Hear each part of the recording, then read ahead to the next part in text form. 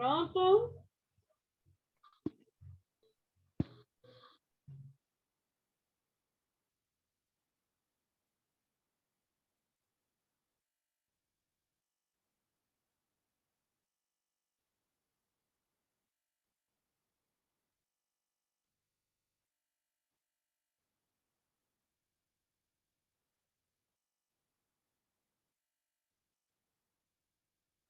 Meninos?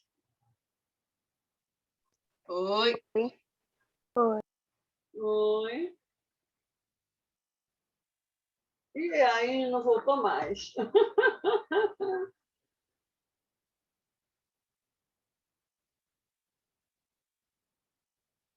Ai.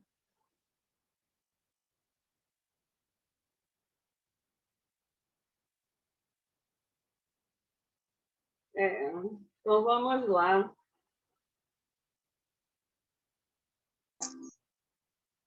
O que foi, Emily? Olha a Ine aí.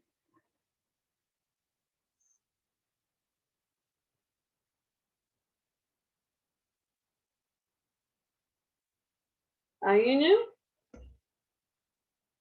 Oi, Pro, foi porque a aula caiu. Oi?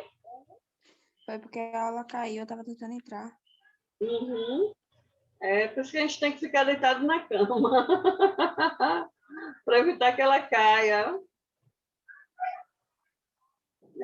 Ai, que piada horrível. Pronto, amor, vamos continuar? Uhum. Você Em tá tão decorrência. tristinha. Eu? A vozinha assim, tão tristinha. Tô com sono. Daqui a Em pouco a gente decorrência dessa come. sectorização econômica e tecnológica, algumas transnacionais apresentaram uma poderosa influência política e econômica cultural sobre todas as sociedades e os governos, a ponto de fazerem com que sejam criadas normas e legislações que facilitem a sua atuação em diversos países. Essa interferência acarreta a criação de leis trabalhistas e ambientais mais suaves e incentivos fiscais, como redução ou isenção de impostos. Com isso, amplia-se a margem de lucro dessas empresas. Muito bem, né? Então, vocês saberiam dizer, menos é óbvio a Nestlé que está aparecendo aí na imagem, né? Empresas transnacionais. Não entendi o que a senhora falou. Vocês saberiam dizer exemplos de empresas transnacionais que agem em nosso território, menos a Nestlé, que está aparecendo na foto?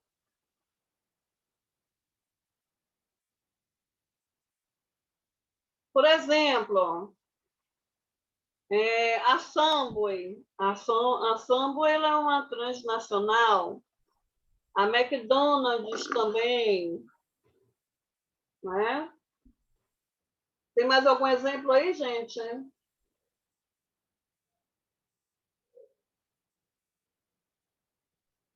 A Ford.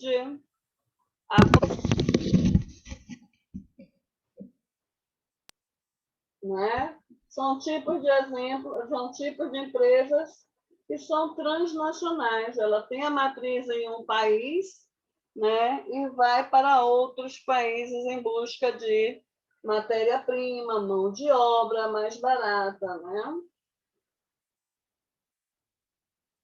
Pronto.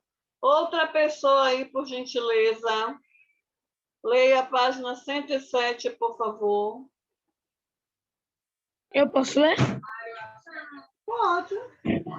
Então tá, eu quero ler. Mídia, uma imagem fala mais do que 1000 palavras.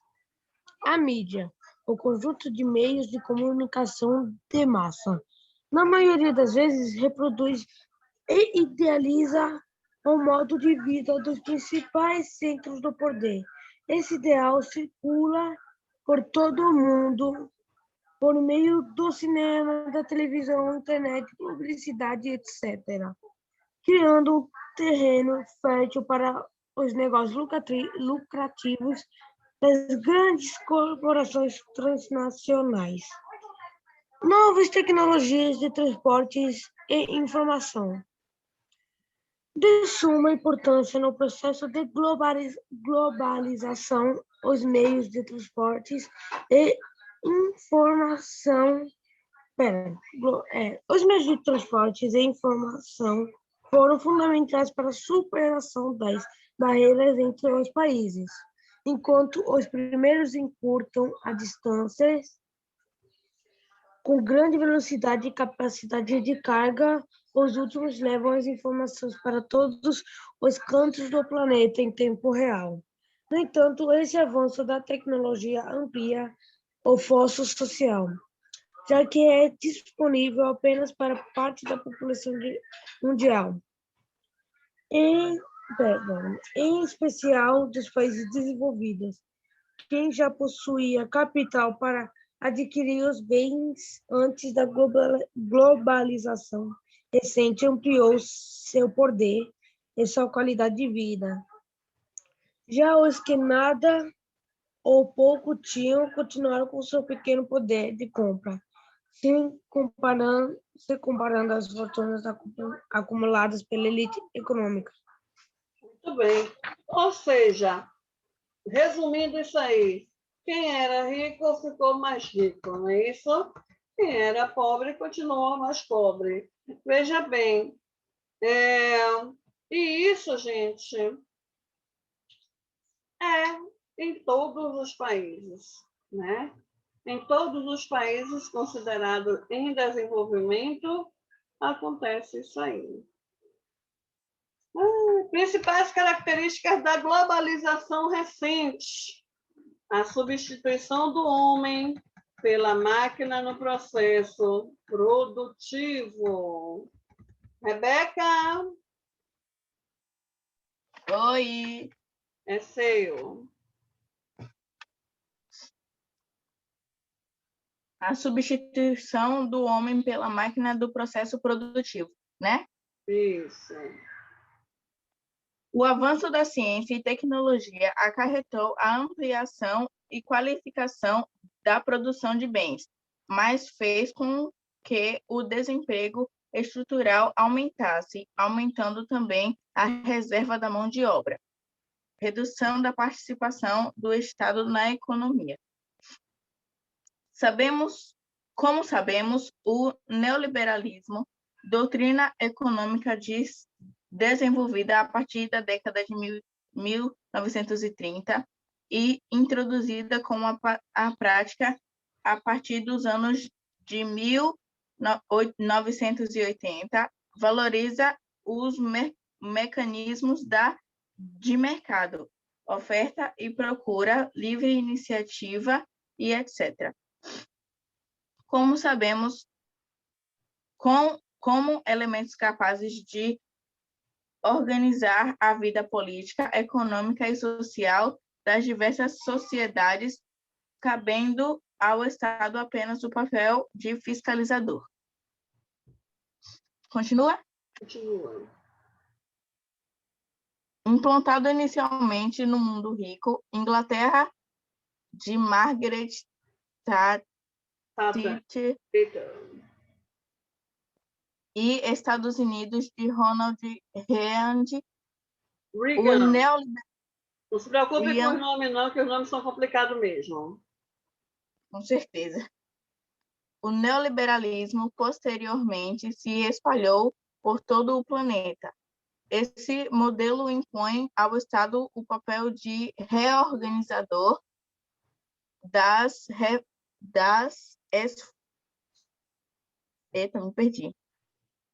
esferas econômicas, política e social, sempre há interesse do capital internacional, ou seja, para criar leis e agências que beneficiam as grandes corporações transnacionais. O sistema neoliberal, estabelecido a partir da ampliação da atuação das grandes corporações transnacionais pelo mundo, promoveu um pensamento positivo, eufórico sobre o mercado como promotor mais do desenvolvimento econômico e social. Contudo, enfraqueceu as fronteiras nacionais ao facilitar a livre circulação de mercadorias, serviços e capitais. Muito bem. Né? Então, a gente vê aí a substituição do homem pela máquina, né? Vemos também a questão da redução da participação. Tem alguém querendo entrar? Na redução da participação do Estado. Quando eu falo Estado, eu estou me referindo aí, nesse caso, a um país. E aí nós temos o seguinte: quando há a substituição do homem pela máquina, é o que a gente chama de desemprego estrutural, né? E isso acarreta sérios problemas, tanto para as pessoas como para as empresas, assim como para o país, né? Porque se eu não tenho pessoas capacitadas, essa empresa vai ter que trazer gente de fora. No que ela traz gente de fora capacitada para trabalhar naquela máquina, ela é obrigada a pagar todas as despesas do funcionário. E é ruim também para o Estado, porque aquele dinheiro que está sendo pago com aquele funcionário que veio de fora, ele poderia estar sendo, né, gasto dentro do país com outras coisas. Né? Então, vocês podem observar que é um círculo vicioso, né? Bom, descentralização do processo produtivo. Alguém pode ler para mim, de preferência alguém que não tenha lido ainda? Eu. Vai lá. Descentralização do processo produtivo. O desenvolvimento de novas tecnologias de transporte e informação em tempo real, como a internet, interliga os sistemas financeiros do mundo e agiliza a comunicação entre as diversas unidades de uma empresa. Aí temos as imagens. No mundo globalização, cada etapa do processo produtivo pode ser realizada em um país diferente, aproveitando as vantagens oferecidas pelo governo local, como redução de impostos e pouca fiscalização. A produção de uma fábrica global pode gerar empregos nos países onde suas diferentes unidades se instalam. Por outro lado, acarreta graves transtornos sociais a partir da intensa exploração da mão de obra, além de impactos ambientais. Pronto. Quem foi que leu? Amanda Thalita. Pronto, Amanda. Tudo bom? Veja bem, o que a Amanda leu aí na página 109, né? Nós temos a imagem, 3 imagens de indústrias e uma montadora, né? Então, o que é que ele está mostrando aí? A montadora, ela fica em um país e ela compra matérias, né? No caso aí, o teclado de um país, o monitor de outro país e a CPU de outro país, né? Que são indústria com o mesmo nome da montadora, porque elas são transnacionais, elas agem em vários países. Então, ela vai se instalar no país que der os melhores subsídios a ela, que é uma pouca fiscalização de como ela está tratando os funcionários, é uma pouca fiscalização na questão dos poluentes ambientais, né? Então, se o país vai dar desconto, né? Por exemplo, venha para o meu país que eu vou dar o terreno para você montar a sua empresa, vou lhe dar 20 anos de energia e água grátis, 15 anos de imposto sem você pagar. Em troca, você vai dar emprego para a minha população. Esse emprego que vem para a população são empregos de baixa qualificação. É o que a gente chama de mão de obra barata. Por que mão de obra barata? Porque a empresa vai estar pagando um preço irrisório para pessoas que vão limpar a fábrica, pessoas que vão montar as peças, entendeu? Que vão dirigir, que vão cozinhar para os funcionários. Essas são as pessoas que a empresa, uma multinacional, ela vai contratar. E uma máquina quebrou. Vocês acham, exemplo, no Brasil, né? A gente está falando do Brasil como exemplo. Vocês acham que se uma máquina, como, por exemplo, da empresa Continental, uma daquelas máquinas que faz a montagem do pneu, se ela quebrar dentro do Brasil, tem alguém qualificado para consertar? Não tem. Então, a empresa traz esse funcionário de fora.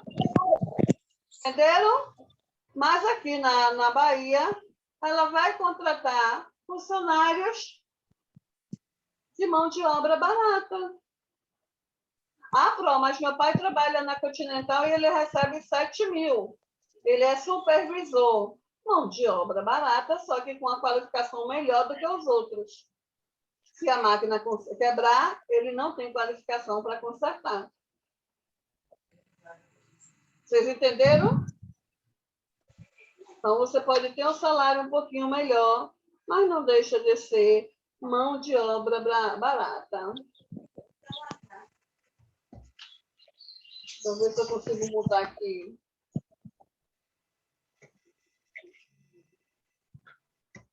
Pronto.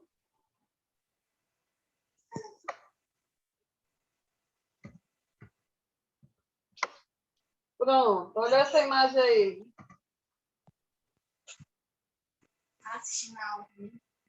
Nós temos aí o sistema de transmissão. Essa imagem ela mostra, né, uma corporação automobilística do Sudeste Asiático. Então, tem a empresa, a montadora, né, de carros. Olha aí, o sistema de transmissão vem de um país, as peças do motor vêm de outro país, os equipamentos elétricos vêm de outro país, né? Peças de forjaria de outros países. Então, a empresa ela é asiática, não interessa, mas ela vai utilizar, né, materiais de outro país. Infelizmente ou felizmente, não sei, está cada vez maior. Sai mais lucroso, né, para o dono fazer isso, né? E também é mais lucrativo para o país aceitar isso do que investir em educação para o povo.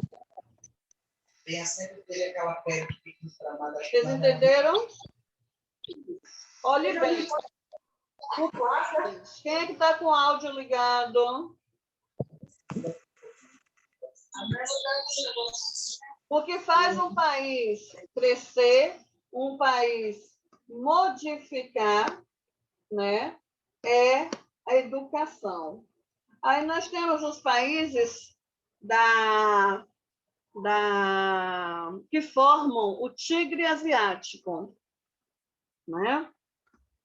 Deixa eu ver uma coisa aqui. Os países que formam os tigres asiáticos.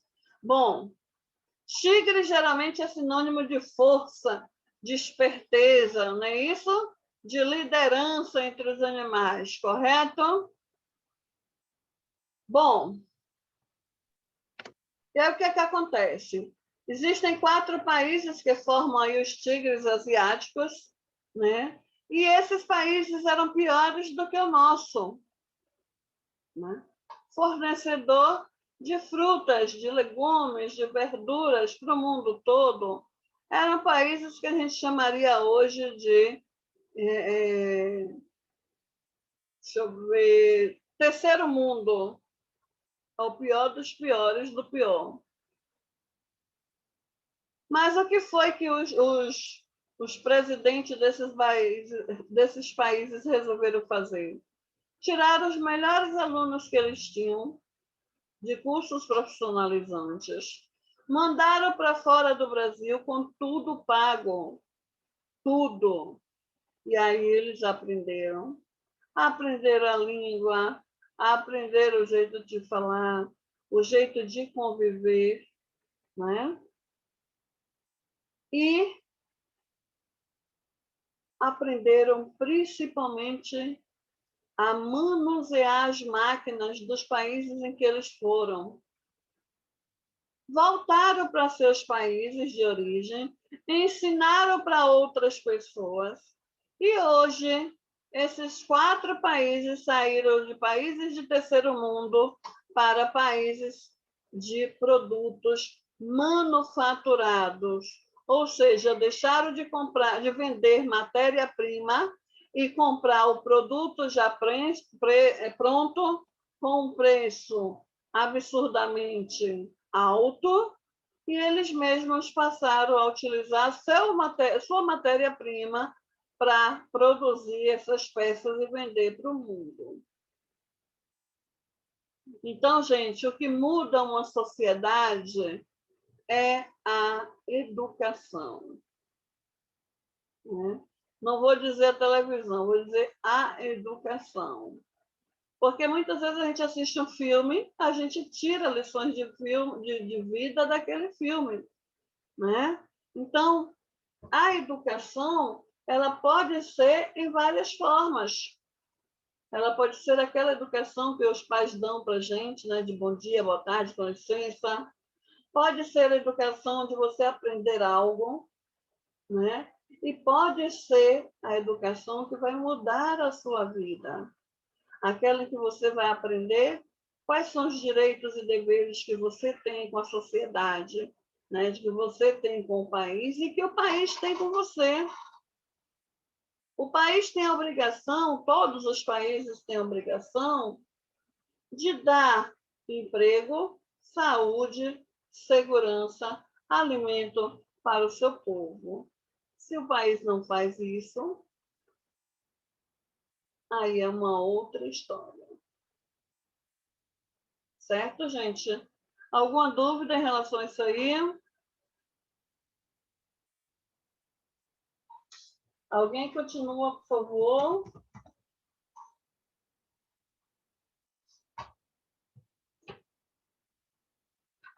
Alguém pode ler isso aí para mim?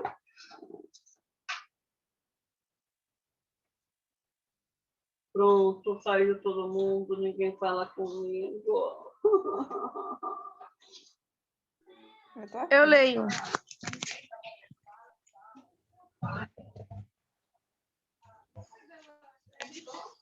Pronto. Crescimento da pobreza, concentração da riqueza e desemprego estrutural. Em função da... É dessa parte? É. Em função da má distribuição de renda, as diferenças sociais se tornam cada vez maiores. E com o poder aquisitivo restrito a um pequeno número de pessoas, a população que não pode adquirir as ferramentas tecnológicas ficam à margem do processo originado, assim, o analfabetismo tecnológico. Muito bem, Luiz. Espera que você continua, viu? Então, quando nós temos, né? Está me ouvindo? Luiz? Sim, professora. Não. Né? Então, quando a gente não... Eu não estava te ouvindo, Pro. Não está me ouvindo? Luiz?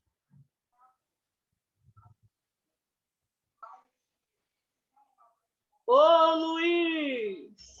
Cadê você? Eu vim... O que, Pro? Ah, não. Pensei que você não estava... Eu não tô conseguindo ouvir você falar. Alguém digita aí para ele sair e voltar, gente, por favor. Tá meio travada a voz. E agora, melhorou? Melhorou. Pronto. Vamos lá. Então, quando você não tem condições, né? Você não tem um poder aquisitivo, você não tem dinheiro, você não tem as ferramentas tecnológicas para você aprender, né? Para você modificar, você fica à margem do processo, que foi o que o Luiz leu aí para a gente, né? É o chamado analfabetismo tecnológico. Por favor, leia, continue aí para mim o grupo de países. Deixa eu ver aqui, peraí. Deixa eu ver aqui uma coisa.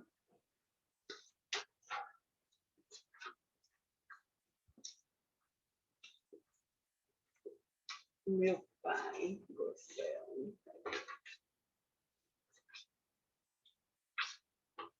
Vamos lá. Continue aí, por favor.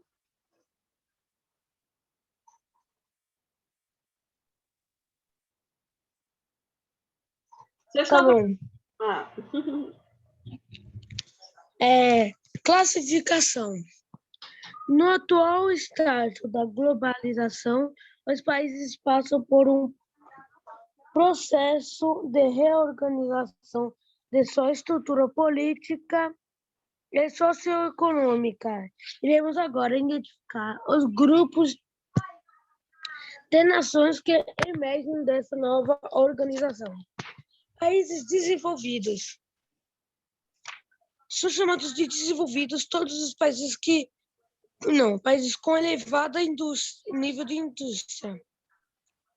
Eles se destacam na produção tecnológica, pois investem em pesquisas científicas e tecnológicas de ponta, como informática, robótica e engenharia genética.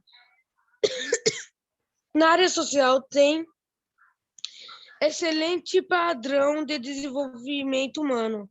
Nesse conjunto, podemos destacar os Estados Unidos, o Japão e a Europa Ocidental, Alemanha, França, Noruega, Dinamarca, etc. Devemos destacar que esse grupo não é homogêneo em sua totalidade, além de apresentar alguns novos problemas dos países em desenvolvimento, como violência urbana e desemprego. Pois é. Então, nós temos aí os Estados Unidos, o Japão, a Alemanha, a França, a Noruega, a Dinamarca, né, e outros países que formam a Europa Ocidental, né? E por conta do seu desenvolvimento tecnológico industrial, eles são chamados de países desenvolvidos, né? Países de economia emergentes. Outra pessoa, por favor, pode ler para mim?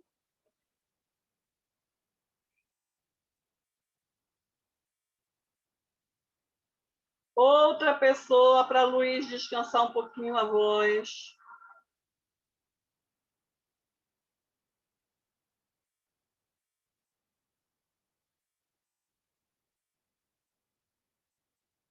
Pronto.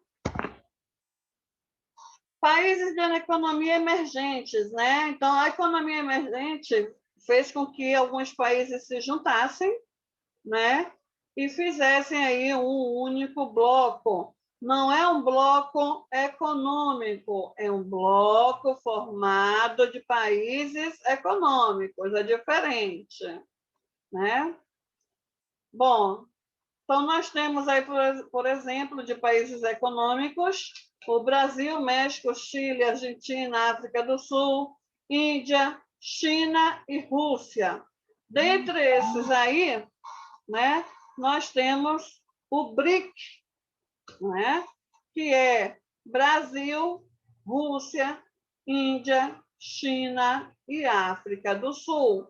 Eles se juntaram e fizeram um bloco, né, fizeram um conjunto de países para que se ajudassem, né, economicamente. Para vocês terem ideia, eles criaram um banco, cada país depositou um valor dentro desse banco, e em momentos de crise, esse banco trabalha, né, com cada um desses países, certo? Bom, esses países que estão com a economia emergente, eles são chamados de países em desenvolvimento. Eles estão abaixo dos países desenvolvidos. Né? Hoje nós temos também, por conta da China, né, que começou suas reformas econômicas, temos o que se chama de socialismo de mercado, né? Na realidade, é um capitalista disfarçado de socialista.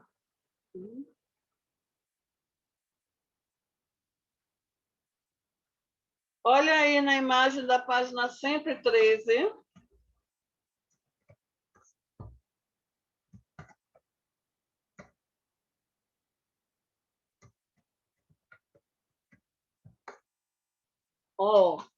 Esses são o PIB mundial dos países emergentes e dos desenvolvidos, né, em porcentagem.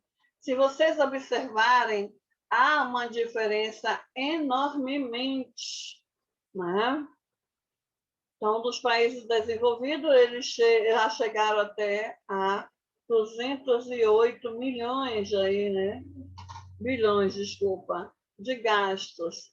Já nos países emergentes, né, nós estamos começando a ter um aumento agora, enquanto que os desenvolvidos estão começando a cair. Né? Se lembra que eu falei dos tigres asiáticos? Olha eles aí.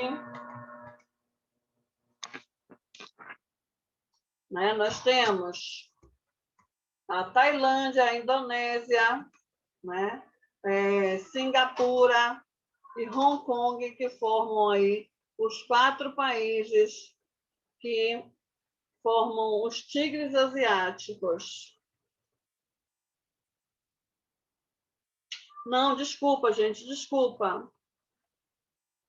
Esses aí formam os novos tigres asiáticos. Coreia do Sul, Taiwan e Singapura, né, e Hong Kong formam os tigres asiáticos. A Tailândia, Indonésia, Filipinas, né, que formam os novos tigres, certo? Bom, vamos lá.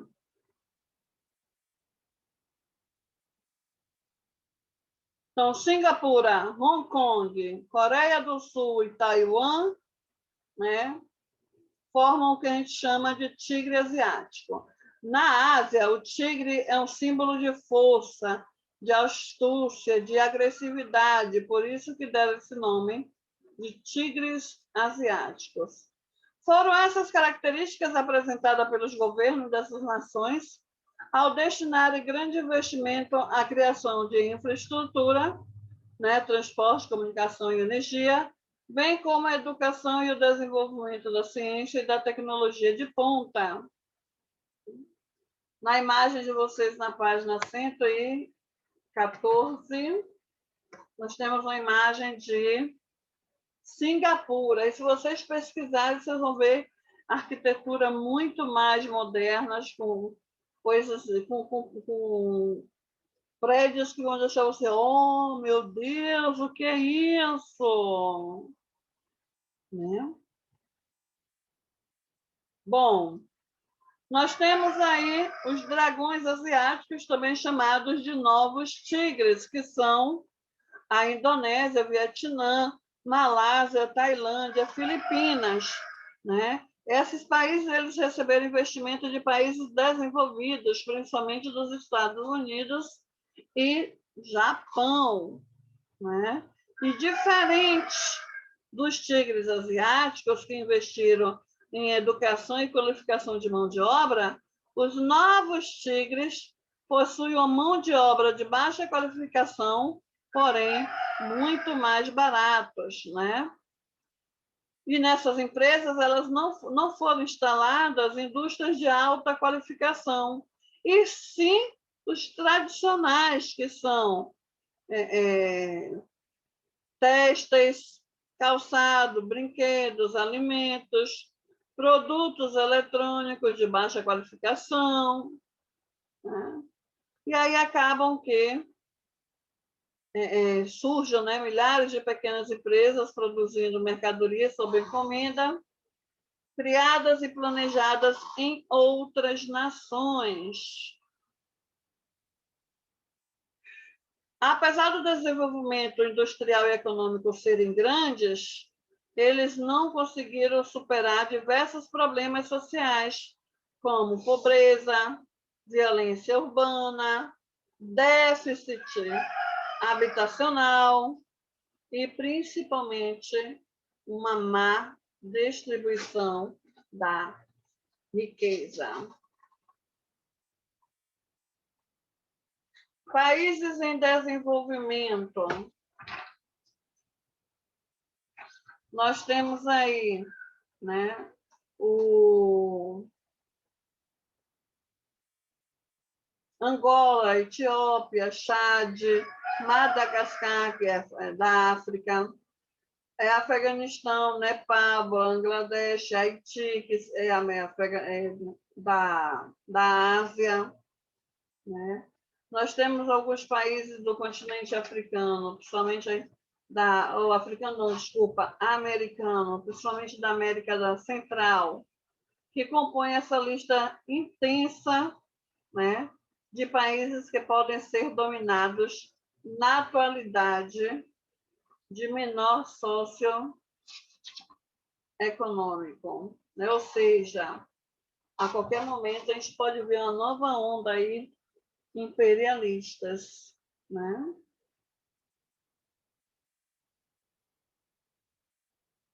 Bom, com a queda do Muro de Berlim, algumas nações da Europa realizaram profundas reformas econômicas e adotaram o capitalismo, né? Essa industrialização foi facilitada pelos consideráveis investimentos em educação, desenvolvimento científico e industriais de base, né, feitos na era socialista. E aí, como muitos enfrentavam problemas em relação ao socialismo, né, à esfera social e à economia, houve uma transferência para o sistema capitalista que não poderia causar significativas mudanças a todos, até por conta do número de critérios, né, para que o investidor ele invista, né, naquele país, fazendo com que uma economia seja competitiva, como é o caso do Afeganistão e de Moçambique. A aula vai terminar. Ainda faltam 17 minutos, a gente volta. Só para terminar essa partezinha aí e passar uma atividade.